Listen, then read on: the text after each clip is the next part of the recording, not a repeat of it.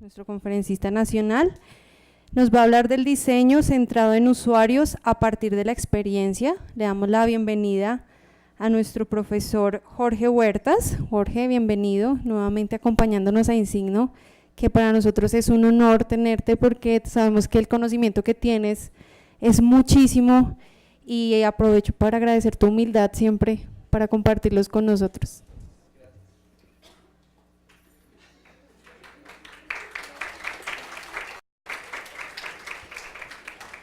Bueno, a todos muy pero muy buenos días.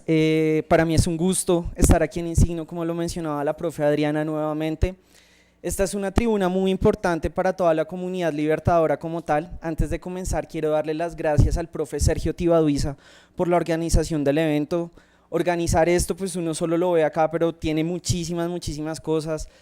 Participen en los talleres, en todos los eventos que nosotros tenemos acá, realmente son muy interesantes. A nuestra directora, María Alejandra Almonacid, por llevar las riendas de nuestro programa de la forma en la que se está llevando, enfocado en una mirada moderna en torno a proyectos y como tanto no desarrollos técnicos, que es el giro que tiene como tal el diseño actualmente.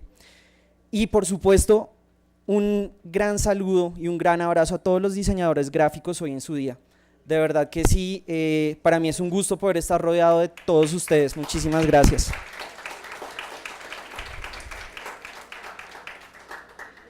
Bueno, diseño centrado en el usuario a partir de necesidades es el nombre que tiene la conferencia como tal. Les cuento un poquito, aparte de que yo soy docente, trabajo con una firma consultora que se llama Resiliente Digital. Aproximadamente una vez al mes estoy escribiendo una columna. Esa columna normalmente está inspirada en nuestros clientes y también en las cosas que yo veo clase a clase. Uno aprende muchísimos de los alumnos, o sea, una de las cosas que a mí me encanta de la academia es esa, poder aprender de ustedes. Siempre salen con cosas y elementos diferentes que realmente son muy interesantes. Y en torno a esas columnas, a esos escritos que se están haciendo, esta es una continuación de la presentación que hice el semestre anterior, que era sobre herramientas de Design Thinking, pero esta es una conceptualización personal del desarrollo que se está haciendo. Entonces, ¿en qué consiste? Diseño centrado en el usuario suena algo que es bastante obvio, pero realmente fue una metodología que se creó hasta el año 2010 y tiene una premisa bien sencillita. Cuando nosotros vayamos a diseñar, pensemos para quién estamos diseñando. No hagamos desarrollos subjetivos. Antiguamente las metodologías estaban en lo que el diseñador pensaba y como yo estaba muchísimo tiempo no necesito escuchar a ningún usuario como tal, lo cual pues es contradictorio. Entonces el diseño centrado en el usuario, como su nombre lo dice, busca entender, empatizar. ¿Qué? Las necesidades como tal que tiene cada uno de los diferentes personas a las cuales se le está dirigiendo cualquier desarrollo que nosotros hacemos. Entonces tiene en cuenta el contexto en el que se está desarrollando. El contexto es una variable muy importante, la parte cultural que tiene cada persona.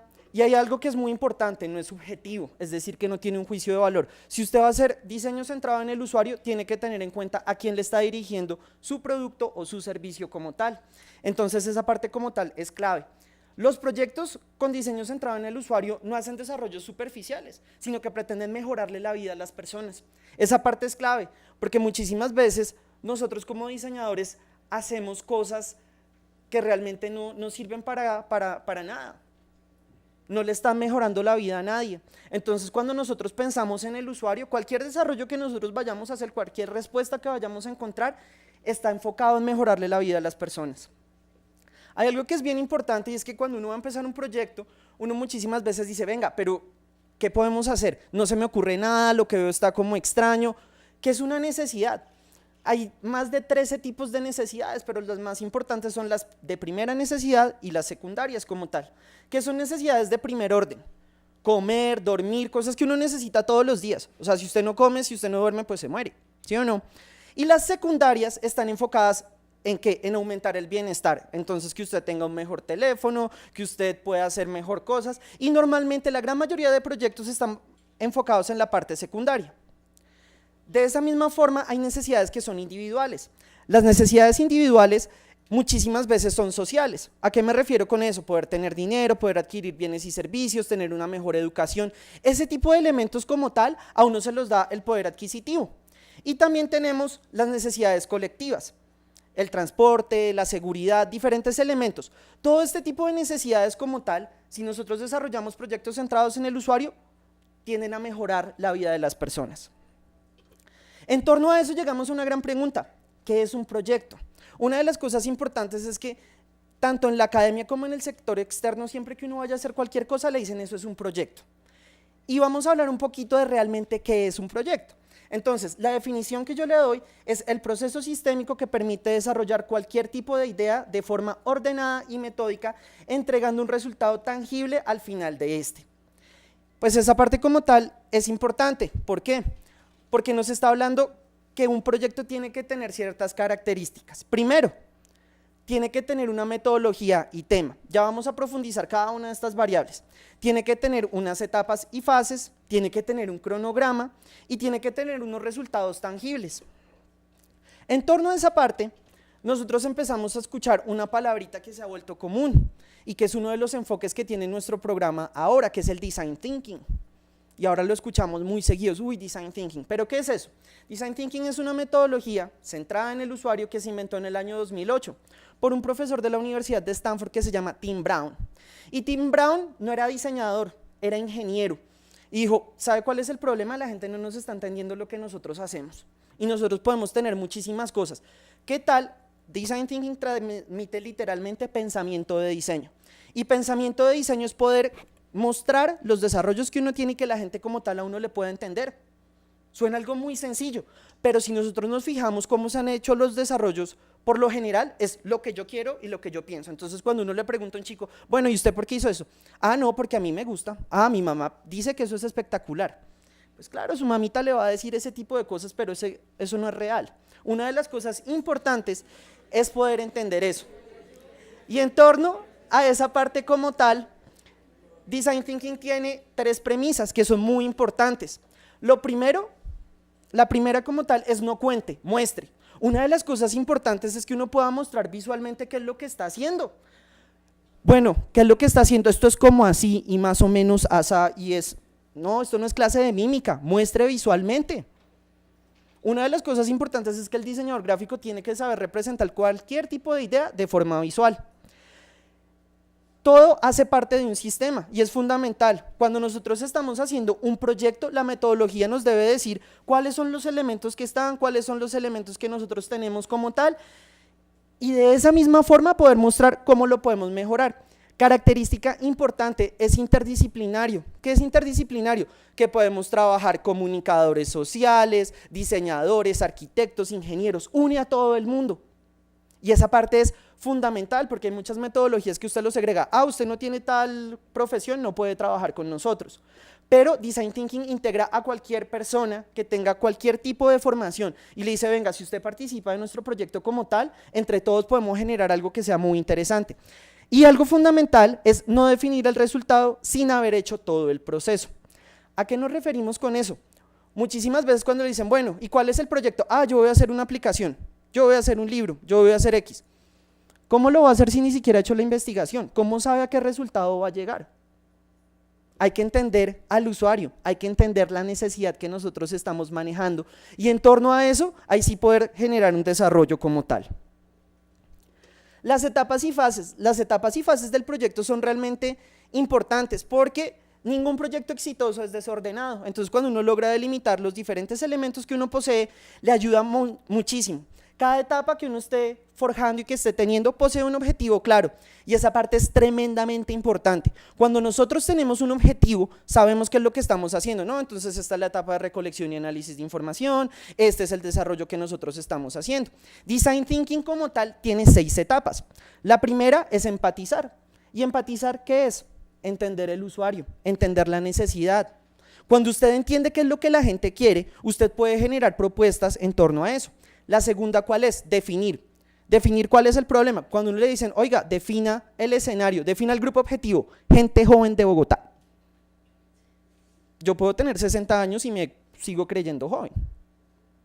es algo subjetivo, tiene que ser un rango de edad específico, un lugar específico como tal y nos permite tener un desarrollo muchísimo más claro en torno a lo que nosotros manejamos. La tercera etapa se llama idear, es cuando realmente nos ponemos a pensar cómo podemos solucionar ese inconveniente que nosotros tenemos. La cuarta etapa, ¿cómo se llama? La cuarta etapa se llama prototipar. Y hay algo que es importante, listo, usted tiene una idea, pero vamos a ver si eso sí funciona o no funciona. Hay que hacer un prototipo, mirarle, probarlo, testearlo, mirar cuáles son los elementos que nosotros tenemos y ver si sí nos funciona. Siguiente etapa como tal, tenemos que ponerlo en contexto, una parte de comprobación, ¿sí? ¿Cuáles son los elementos que nosotros tenemos? Y mirar si eso sí funciona. Y finalmente es cuando llegamos al mercado. Miramos si esos elementos que nosotros tenemos realmente sí funcionaron. Elementos importantes que tiene cuando uno delimita etapas y fases. Tiene un tiempo determinado para ser desarrollado. El hecho de que uno esté desarrollando un proyecto no significa que tenga tiempo eterno. Para eso le sirve limitar las fases. Posee unos recursos limitados y proporcionales al tiempo que se le asigne. Fundamental.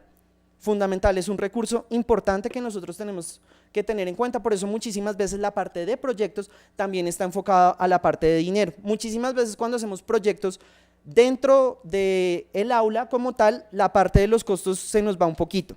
Y finalmente, cada fase debe tener un resultado tangible que se pueda evaluar o comprobar. Básicamente, en esa parte estamos con etapas y fases. El cronograma tiene una función bien sencilla, poder hacerle seguimiento. ¿Cuál es el elemento que está? ¿En qué proceso vamos? ¿Cuál es el desarrollo que nosotros como tal estamos manejando? Y eso nos ayuda a montones a poder tener claro cuáles son los diferentes elementos que nosotros manejamos. Un cronograma bien hecho tiene 3 elementos, tiene los tiempos bien definidos, nos permite prever diferentes inconvenientes que pueda tener como tal un proyecto y finalmente, si yo no hago parte del proyecto como tal, sí me permite generar un seguimiento y la parte de seguimiento como tal es tremendamente clara para que el proyecto sea exitoso. Resultados. Los proyectos son de muchísimos tipos. En el caso de nosotros por lo general hacemos productos y servicios. Revisen todo el desarrollo que ustedes están haciendo actualmente o que van a hacer en el futuro. Uno se enfoca en hacer productos y servicios y esa parte es bien importante, pero hay otros tipos de proyectos, hay proyectos investigativos. ¿Cuál es el resultado de un proyecto investigativo? Puede ser un artículo. Estamos haciendo un proyecto arquitectónico, ¿cuál es el resultado final de ese proyecto como tal? Un edificio, un estadio, diferentes desarrollos como tal. Dependiendo el campo en el que uno esté trabajando, puede saber cuáles son los elementos. Y algo que es fundamental es que los proyectos con Design Thinking permiten generar modelos de negocio y de emprendimiento. Y esa fase como tal es la que vamos a trabajar ahorita más adelante. Bueno, costos y presupuestos. Una de las cosas que es bien importante y que uno debe aprender desde que está en la universidad es saber costos y presupuestos. Entonces le dice, bueno, ¿y cuánto cuesta eso? Yo no sé. No, es que yo soy diseñador, soy un man re loco y recorrido y de costos yo no sé nada. Grave, grave hermano, lo van a tumbar. Usted mismo se hace el harakiri, no, yo creo que eso lo hago por 2 millones de pesos. Sí, mire cuánto cuesta el servidor, mire cuánto cuesta el programador, mire cuánto cuesta eso y usted termina pagando el proyecto. Entonces, como tal, es bien importante que uno conozca toda la parte de costos y de gestión. Entonces, eso como tal nos permite generar una programación acorde a lo que nosotros estamos desarrollando. Muchachos, la línea gráfica para todos los diseñadores es la competencia más importante que tiene que tener cualquier diseñador. Tiene unos elementos que son bien básicos y los chicos que han visto clase conmigo o ven clase conmigo saben que soy tremendamente intenso con este tema. ¿Por qué? Un diseñador gráfico que no sepa diagramar está en la olla porque no le van a entender. ¿Cuáles son los elementos que uno tiene para poder tener una línea gráfica bien clara? Primero, la parte de tipografía. La tipografía es fundamental. No, es que a mí me gusta la letra no sé qué y si sé más y no la entiende nadie, pues ese tipo de letras no le ayuda, no es legible como tal. Entonces es importante que uno tenga esos elementos bien claros en torno a la tipografía, no sobrecargarla, que tengamos una parte para títulos, otra para subtítulos y de pronto para el contenido que estamos manejando. La parte del color, teoría del color es un elemento tremendamente importante y todos por aquí desde primer semestre pues están en esos elementos. Todos los colores como tal tienen una psicología, tienen unos elementos que son bien importantes y dependiendo del tipo de elementos que uno tiene, pues empieza a mirar cuál es la proporción. La parte de diagramación, como les decía, es saber distribuir los diferentes elementos que nosotros tenemos. Y la parte visual, hay 3 elementos que son muy importantes, que yo puedo trabajar los 3, 2 o si quiero solo uno. La parte fotográfica El estilo que yo le doy a las fotografías es fundamental en el desarrollo que estamos manejando. Se necesita tener esos elementos bien claros para que me entiendan cuál es la idea que yo estoy manejando. La parte de ilustración, la ilustración es un talento, no todo el mundo puede ilustrar. Yo admiro muchísimo a la gente que sabe ilustrar, tiene que potencializar eso. Cuando uno ve una presentación con ilustración, le genera un proceso de identidad espectacular. Los diseñadores por lo general no firman abajo cuando crean algo como tal, pero uno visualmente ya sabe quién hace cada cosa. Entonces esos elementos son importantes. Entonces si usted está en la parte de comunicación, la parte de visual también es fundamental. Observen la línea gráfica de las grandes empresas, están supremamente claras. Y los pictogramas, ¿qué son pictogramas? Ojo, pictogramas, no iconos. Los pictogramas son síntesis de acciones y estos elementos como tal nos permiten evidenciar los diferentes elementos como tal que nosotros tenemos y observamos. Innovación. Muchísimas veces nosotros asociamos toda la parte de innovación solo a la parte tecnológica y esta parte no es siempre cierta. La tecnología como tal es una variable importante, pero yo puedo generar innovación a través de mejorar y optimizar procesos que ya existen. Entonces, si yo logro utilizar, por ejemplo, este es un ejemplo de packaging que ganó el premio al mejor empaque el año pasado y es algo tremendamente sencillo, utiliza materiales reciclables, biodegradables, ¿y qué es lo que hace? Ponerle el sitio para la salsa de tomate a las papas. Es un desarrollo tremendamente sencillo, pero eso es innovación.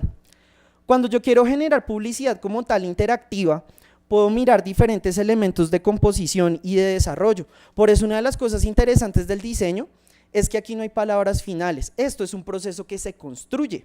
Entonces yo puedo aprender de mi compañero que es arquitecto y puedo aprender de mi otro compañero que es contador y entre todos entendemos diferentes elementos. Entonces como tal, toda esta parte de publicidad empieza a mostrar una interacción y uno de los éxitos tanto de campañas como de desarrollos es la parte interactiva, que la gente se pueda apropiar de lo que nosotros hacemos. Bueno, muchachos, la promesa de valor viene de algo que se llama el modelo de negocio Canvas. El modelo de negocio Canvas no se lo inventó el Design Thinking ni nadie desarrollado con el diseño. Fue conceptualizado en el año 2010 y literalmente cambió la forma de ver, sentir y escuchar lo que es un modelo de negocio. Antiguamente cuando uno iba a hacer su propio negocio, le decían, bueno, de arriendo es tanto, de servicios son tanto, de secretaria es tanto. Y usted hacía cuentas y ya se había quebrado y ni siquiera había vendido nada. Y ellos se dieron cuenta que ese tipo de cosas como tal no funcionaban. ¿Qué teníamos que hacer? Teníamos que encontrar una forma muchísimo más práctica de poder desarrollar las cosas. Y algo que es fundamental es que esto salió de los negocios, pero los diseñadores y todo el grupo de IDEO, que es el líder mundial en innovación, se dieron cuenta que eso no servía solo para los negocios, sino dijeron, vea, cualquier desarrollo que nosotros vayamos a hacer tiene que tener una promesa de valor. Y una promesa de valor, ¿qué es lo que vende? Vende experiencia a través de productos y de servicios. Esa parte es tremendamente clave. Es súper importante, porque uno muchísimas veces dice, bueno, es que los elementos que yo tengo son estos, y son aquellos, y son los otros. Realmente la promesa de valor es lo que a usted le permite generar la diferencia con su competencia. ¿Por qué va a comprar su producto? Ay, es que yo soy muy buena gente y muy querido. Eso no es ninguna promesa de valor. Analicemos el mercado actual. Todos están familiarizados con de uno y justo y bueno, ¿sí o no? Entonces, algo que es interesante, gracias. Algo que es interesante es que la promesa de valor que ellos tenían es que daban mercados y daban productos a muy bajo costo. A de uno le funcionó muy bien en un comienzo porque era el único tipo de supermercado que manejaba ese tipo de promesa de valor, pero ahora le llegó la competencia. Y hay como 8 demandas que se tienen mutuamente porque dicen que hay competencia desleal. Esa promesa de valor no es sostenible. Eso es como cuando uno monta un restaurante y le dicen, ¿cuál es su promesa de valor? Dar almuerzos bien baratos. Eso es una promesa de valor que no se puede sostener. Realmente cuando uno logra diseñar centrado en el usuario, logra entender cuáles son sus necesidades, cuál es la experiencia, cómo le vamos a mejorar la vida a esas personas. Por eso la parte de no hacer desarrollos superficiales es muy importante. Entonces, ¿qué es lo que nosotros vemos? Esta matriz está dividida en dos partes, en la parte del cliente o el usuario y la parte del producto o el servicio. Los dolores es una traducción literal del inglés, pero realmente nosotros lo vemos como un problema y aquí nosotros generamos la descripción de lo que es un problema. ¿Cómo vamos a solucionar ese problema? ¿Cuáles son los elementos que nosotros vamos a utilizar? Aquí tenemos nuestra segunda variable. Después seguimos, listo, Nosotros sabemos que nuestro producto, nuestro servicio tiene que tener unos factores que lo diferencien de todo lo demás. ¿Cómo lo vamos a hacer? ¿Cuáles son los elementos que nosotros queremos que tenga como tal? Los describimos. Y algo que es muy importante es que en el inglés hablamos de ganancia, pero esa ganancia en español realmente se transmite y se traduce como beneficios. ¿Cuáles son los beneficios que yo les estoy dando a mi usuario potencial, a esa persona a la cual estoy dirigiendo el proyecto? Entonces es importante pensar en cuáles son los beneficios que nosotros tenemos. Y finalmente la relación que tengo con el cliente. Cuando uno tiene una promesa de valor bien hecha y bien estructurada, puede pasar a un modelo de negocio, si quiere. Pero algo que es bien importante, y si les pido el favor que lo reflexionen bastante, es siempre que hagamos cualquier desarrollo debe tener una promesa de valor, debe vender experiencia. ¿Listo? Entonces, por ejemplo, en la academia es muy común utilizar la palabra piezas gráficas, y las piezas gráficas realmente responden a un desarrollo técnico, pero las piezas gráficas no generan ninguna experiencia. Entonces es bien importante que uno vea qué tipo de diseñador quiere ser uno. ¿Usted quiere generar experiencia con el desarrollo de productos o servicios o quiere quedarse haciendo piezas gráficas? Es bien importante que uno analice esa situación porque el resultado de los proyectos está enfocado en generar experiencia.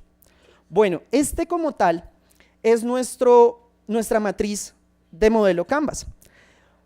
Como les dije, fue hecha en el año 2010 y la conceptualizó una persona, un visionario muy importante que se llama Alex Osterwalder, que es suizo. Él y un grupo de emprendedores pensó en esto, está dividido en 9 partes. Como ustedes se pueden dar cuenta, en todo el centro está la promesa de valor, vemos cuáles son los canales, la relación del cliente. Algo que es fundamental es que antiguamente si usted iba, no sé, a hacer un negocio de camisetas, literalmente usted tenía que saber coser, usted tenía que saber bordar, tenía que saber un sinnúmero de cosas. Ahora tenemos un elemento bien importante que son alianzas estratégicas. Entonces, como tal, las alianzas estratégicas a nosotros nos ayudan a poder, ¿qué? Buscar a alguien que nos pueda colaborar en lo que nosotros estamos haciendo. Entonces yo puedo buscar una maquila para que saque tal desarrollo, para que imprima diferentes formas. Y algo que es importante es que los costos vienen después de que uno tenga una promesa de valor. Este es el momento de emprender. Una de las cosas importantes es que el emprendimiento nunca había sido tan importante como ahora. Antiguamente uno tenía que tener mucho capital para poder hacer su propio negocio. Si no tenía capital no pasaba nada.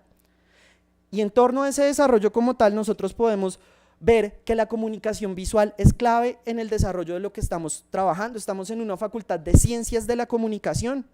Y hay una frase muy conocida que seguramente todos han escuchado, que es todo entra por los ojos. Eso es cierto, el ser humano es un ser visual. Y ese ser visual como tal a nosotros nos permite estar más atraídos a ciertos tipos de elementos como tal. Entonces la imagen permite tener 2 elementos claves que son promocionar y comercializar. Pero algo que es importante es que sea el desarrollo que yo estoy haciendo, necesito generar una identidad. Cuando nosotros vemos un desarrollo, por ejemplo, que tiene Coca-Cola, que hace Facebook, que hace McDonald's, uno ya sabe que corresponde a ese tipo de empresas. ¿Por qué? Porque tienen una identidad, unos valores como empresa. Y nosotros lo podemos reconocer como tal. Actualmente hay varios canales que yo puedo utilizar. Yo puedo utilizar canales digitales y canales análogos y puedo generar diferentes tipos de estrategia de comunicación y de campañas, ATL, BTL, 360. Todo ese tipo de cosas me permite llegar a más gente. Yo puedo tener un gran producto, un gran servicio, pero si como tal nadie lo conoce, pues se queda ahí escondidito. ¿Qué es lo importante? Que la gente sepa que ese desarrollo que yo estoy haciendo realmente está cambiando las situaciones que nosotros tenemos. La parte de comercializar permite generar experiencia y es bien importante siempre que nosotros manejemos una promesa de valor en el desarrollo que nosotros estamos haciendo, pensemos en la experiencia, cómo le estoy mejorando la vida a las personas. ¿Este es un desarrollo más de los millones de millones que ya existen? ¿O realmente la gente sí quiere tener lo que yo estoy manejando? Y en torno a eso vemos casos de éxitos. Las empresas normalmente empezaron con cositas pequeñitas. Entonces, por ejemplo, cuando uno mira la promesa de valor, por ejemplo, de WhatsApp, ¿cuál es la promesa de valor? Dar telefonía y mensajería gratis a cualquier persona en cualquier parte del mundo si tiene una conexión de internet. ¿Es una buena o no es una buena promesa de valor? Es algo muy bueno, es tremendamente positivo. ¿Por qué? Porque antiguamente existía Telecom, existían muchísimas empresas y la telefonía era costosísima. Y ellos partieron de decir, vea, si yo quiero generar Un cambio en telecomunicaciones, yo no necesito redes, yo no necesito mandar cableado, no necesito nada de eso. ¿Qué es lo que necesito? Tener un algoritmo que literalmente me pueda cambiar las cosas que yo estoy manejando. Mejoró la vida de las personas. Antiguamente cuando uno se iba del país, eso era como si estuviera muerto en vida, eso la gente se iba al aeropuerto y se ponía a llorar y por ahí cada 3 meses le llegaba una carta. Y cuando usted iba a llamar eso, rápido, páseme a mi mamá, no sé qué. Y todo el proceso como tal era así. Actualmente no. Usted tiene un amigo, un hermano en Australia, en Francia y puede hablar en cualquier momento. Le puede contar, le puede enviar. ¿Por qué? Porque hubo gente que pensó y cambió los parámetros y las premisas que ya existían. En nuestro caso nosotros tenemos Rappi. Rappi fue la aplicación más exitosa del año pasado en Colombia y partió de algo bien sencillo. Dijo, vea, hay muchísimos sitios y lugares en los cuales no tienen servicio a domicilio. El Corral nunca ha tenido servicio a domicilio. ¿Qué tal si nosotros podemos ofrecer ese tipo de servicios? ¿Qué tal si nosotros hacemos mandados? Ay, es que se me quedó la llave, ¿será que yo puedo enviar a alguien y me la puede recoger? Rappi ha hecho cosas tan innovadoras como que si usted quiere jugar PlayStation con alguien y no puede, llama a un rapitendero y él viene y juega con usted una hora. Eso es increíble, eso es experiencia del usuario. ¿A quién se le había ocurrido antes? Ese tipo de cosas a uno lo hace pensar y dice, oiga, vea, qué interesante, porque ese tipo de vainas no se me ocurren a mí. ¿Por qué? Porque uno está con un pensamiento lineal. Hay que pensar en una promesa de valor que sea diferente, que realmente nos logre cambiar las cosas. Uber, misma historia. Uber realmente no es dueña de ningún taxi. ¿Qué le vende a la gente? Pues sí, el servicio, pero el servicio a la gente, ¿por qué ha sido tan exitoso? Porque da seguridad. Es que si yo me subo en un taxi, paseo millonario, pérdida de pulmones, riñones, no, Dios mío, terrible. Entonces llamemos a Uber. Uber me lleva, yo acepto la tarifa, sí o no. Y pues se ha regado por todo el mundo, ha sido algo increíble. De la misma forma Pinterest, es que yo estoy muy ocupado, no tengo tiempo de mirar cosas. Uno en Pinterest puede ver en cualquier momento que usted tenga, que es lo último en diseño, en tendencias, en cualquier gusto que usted tenga como tal. Spotify lo mismo, y algo que es bien interesante, Snapchat. A Snapchat lo trató de comprar Facebook y no lo logró. Entonces, ¿qué hicieron? Tomaron la promesa de valor que tenía Snapchat y los videos y ese tipo de cosas y lo pusieron en todo. Snapchat sigue siendo número 1 para ese tipo de personas como tal. Entonces es un cambio bien interesante. Bueno, ¿qué beneficios tiene el emprendimiento? Primero, usted es su propio jefe. ¿A quién no le gustaría ser su propio jefe? A cualquier persona, saber que usted está trabajando para usted. Primero, cuando uno trabaja para lo de uno siempre está motivado. A usted le gusta lo que hace. Si usted maneja promesa de valor, cualquier desarrollo de emprendimiento que usted esté manejando le está mejorando la vida a las personas. Nuestra sociedad es una sociedad tremendamente desigual. Hay muy poca gente que tiene mucho y hay mucha gente que no tiene nada. Cuando uno genera emprendimiento, está generando trabajo, le está generando muchísimos beneficios a las personas. Cuando uno trabaja para lo de uno, lo hace con muchísimo gusto, es autosuficiente y realmente le está mejorando la vida a las personas. Esa parte es clave. Cualquier desarrollo que uno haga no puede ser una vaina superficial, tiene que ser algo bien interesante, que uno diga, oiga, de verdad yo sí me siento muy orgulloso de lo que estoy haciendo. Esto no se le había ocurrido a nadie, se me está ocurriendo a mí y con esto vamos a mejorar muchísimas cosas. Bueno, ¿qué riesgos tiene? Uno de los problemas que nosotros tenemos, no solo como estudiantes, sino como profesores, como profesionales, es la zona de confort. ¿Qué es la zona de confort? Es un estado mental y físico en el cual se siente total conformidad y es difícil de abandonar, exactamente porque usted se siente muy bien. ¿Qué características tiene? Primero, actitudinal. Una de las mayores virtudes que puede tener cualquier persona es que sepa escuchar. Muchísimas veces la gente ni siquiera escucha por estar contestando. No hay que tomar las cosas de manera personal, tómelas de manera constructiva, vea cómo lo puede mejorar. Entonces, cuando usted está en una zona de confort, su actitud es renuente, no le gusta el cambio. Algo bien importante, no acepta la crítica, y eso es grave. No solo si usted quiere ser emprendedor o no, simplemente si usted quiere trabajar en grupo y usted no acepta la crítica, es algo gravísimo. Cuando uno no acepta ese tipo de cosas, cae en un estado de mediocridad, y la mediocridad es tremendamente grave. Algo que a mí me fascina de Design Thinking es que fue conceptualizada en el año 2008, y literalmente todas las semanas salen cosas nuevas. Yo sé muchas cosas del evento, de la metodología como tal, pero no me las sé todas. Y eso a uno le permite tener que estar actualizado. Es fundamental que uno siempre esté leyendo, esté mejorando, esté proponiendo. Es bien importante que uno vea por qué tiene que estar actualizado. Los diseñadores vivimos de las tendencias, los comunicadores vivimos de las tendencias. Es bien importante que nosotros sepamos qué está pasando en el mundo exterior, por qué es importante para el desarrollo que nosotros estamos haciendo. Entonces fomenta como tal toda la parte de pensamiento. Es bien importante que uno entienda que nadie se las sabe todas, que nadie es perfecto. Una de las cosas interesantes y que a mí me encanta ser profesor es que yo aprendo de mis alumnos, aprendo muchísimas cosas. Y es bien importante que uno sea receptivo respecto a eso. El hecho de que uno tenga una formación diferente lo hace ver las cosas de una forma distinta. Mi maestría la hice en Australia, 3 años estudiando fuera del país para poder traer este tipo de cosas. Cuando nosotros la trajimos fue algo relativamente nuevo, la gente no la entendía muy bien, pero uno se da cuenta que el ejemplo empieza desde clase, el ejemplo empieza en el usuario. Primero porque trabajan necesidades reales para gente real, eso es fundamental, estemos contextualizados, sepamos realmente por qué lo que nosotros hacemos es algo importante. Creamos en lo que nosotros hacemos, no trabajemos cosas porque están de moda, sino vea que realmente cualquier desarrollo que cada uno de ustedes haga puede cambiar las cosas. Mejora la vida de las personas. Sí se los digo de una forma muy personal, no hay nada mejor que decir, vea, este desarrollo que yo hice optimizó la vida de no sé cuántas personas que estaban en tales y en tales condiciones. Eso ayuda y motiva muchísimo. La parte de comercializar, este tipo de proyectos son altamente comercializables. ¿Por qué? Tanto como usted puede ser emprendedor, como usted se lo puede vender a una compañía.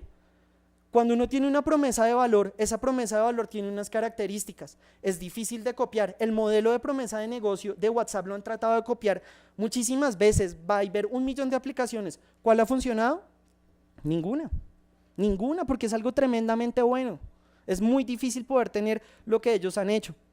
Crea experiencia a través de productos o de servicios. Esa parte es clave, chicos. Cuando nosotros estemos haciendo cualquier desarrollo, como se llame, pensemos en que realmente lo que nosotros estamos diseñando es experiencia. ¿Cuál es el medio? Productos o servicios. Y tiene un impacto social positivo. La parte social es muy importante. Que a nosotros nos importe lo que le pase a nuestro vecino, que a nosotros le importe lo que le pasa a las personas que nos rodean, es fundamental, genera una gran satisfacción. Para tener en cuenta hay 3 elementos, 4 realmente, que son fundamentales que uno tiene que tener en cuenta. El resultado de un proyecto de diseño no puede ser piezas gráficas, chicos, eso es importante. ¿Por qué? Porque lo que nosotros estamos generando es experiencias. Uno como tal, el producto o el servicio puede tener elementos de apoyo, puede tener elementos de diferentes elementos como tal, pero es fundamental que nosotros tengamos claro que lo que nosotros generamos es experiencia. Es imposible saber cuál es el resultado del proyecto en el comienzo del proceso. Cuando usted le dicen, bueno, ¿qué va a hacer de proyecto? Pensemos más que todo en la necesidad y cuál es el problema. No pensemos en cuál es el resultado. Al comienzo del proyecto absolutamente nadie sabe lo que uno va a hacer. Permítanse sorprenderse, que uno diga, oiga, de verdad, nunca pensé que fuera a llegar a este tipo de cosas y vea todos los elementos que estoy involucrando. Genera mucha satisfacción mejorar la vida de las personas, esa parte es fundamental. Cuando usted hace cosas que le mejoran la vida a las personas, es algo realmente que no lo puede pagar con absolutamente nada. Una de las cosas que uno ve fuera del país es que la gente es maestra para criticar todo lo que está mal con el país. ¿Y quién está haciendo algo para que realmente las cosas cambien? Nadie. Criticar es algo tremendamente fácil. Ah, no, es que está mal, listo, ¿y usted qué hace? Si ni siquiera vota. Vean el nivel de abstencionismo que tenemos en el país, es algo muy preocupante. Entonces la gente después sí se queja de las consecuencias, pero cuando tuvo el momento de generar el cambio como tal, no lo hizo. Entonces la parte social es algo muy importante y al trabajar en contexto real, los resultados nunca son superficiales. Créanme, cuando ustedes tienen promesas de valor reales, los resultados a los que ustedes llegan no son vainas superficiales, son cosas que realmente le están mejorando la vida a las personas. Entonces, pues para mí, ese es el tipo de cosas que quiero que no solo mis alumnos, sino que todos nos contagiemos como tal, que veamos cuáles son los beneficios que tenemos de diseñar centrado en el usuario. Una argumentación no es decir, es que a mí me gusta, es que a mí me parece bonito. No, lo que pasa es que nosotros interactuamos con niños, interactuamos con ancianos, interactuamos con diferentes tipos de personas y esto realmente les va a cambiar la vida. Entonces, pues básicamente sería eso, chicos. Muchísimas gracias. La bibliografía complementaria. Gracias.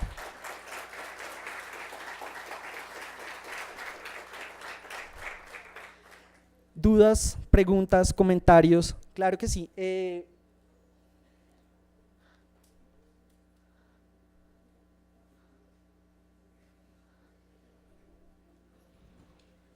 Profesor, me da gusto verlo de nuevo y gracias por esta conferencia.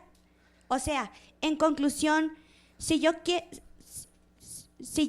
o sea, yo puedo ser diseñadora gráfica y lo que tengo que tener en cuenta es que si quiero hacer cualquier producto gráfico o servicio gráfico, lo que tengo que tener en cuenta es, 1, la necesidad de las personas, 2, cómo interactúo con ellas y 3, cómo les formateo, cómo les formo experiencias e interacción para que se sientan satisfechas y les mejore su vida. Claudia, gracias. Sí, creo que lo ha resumido bastante bien. ¿Cuáles son los puntos principales que teníamos como tal en torno a la charla? Básicamente es eso, muchísimas gracias. ¿Alguien más? Chicos, a todos muchísimas gracias, que estén muy bien. Profe. Claro. Bueno, muy buenos días. Buenos días. Mi pregunta en sí es, ¿cuál crees tú, cuál sería el problema principal de un diseñador hoy en día? Qué buena pregunta, me encanta. Mira que hay unas cosas que son bien importantes y es el enfoque que uno tiene. Muchísimas veces nosotros nos enfocamos más en el desarrollo técnico del saber hacer y no nos damos cuenta qué es lo que la gente realmente quiere y qué es lo que realmente la gente necesita. Yo creo que uno de los problemas que tenemos es que no entendemos en el contexto en el que estamos. Creo que a veces no saber cuál es la necesidad y qué es lo que realmente está buscando como tal el mercado nos genera un inconveniente grande. Creo que generar más empatía con ese usuario potencial, con las personas que están alrededor de nosotros son fundamentales para poder entender mejor. Creo que si nosotros logramos entender más en el contexto en el que estamos y cómo podemos generar experiencias, creo que seríamos mucho más asertivos. Creo que ahí es donde más tenemos que trabajar. Gracias.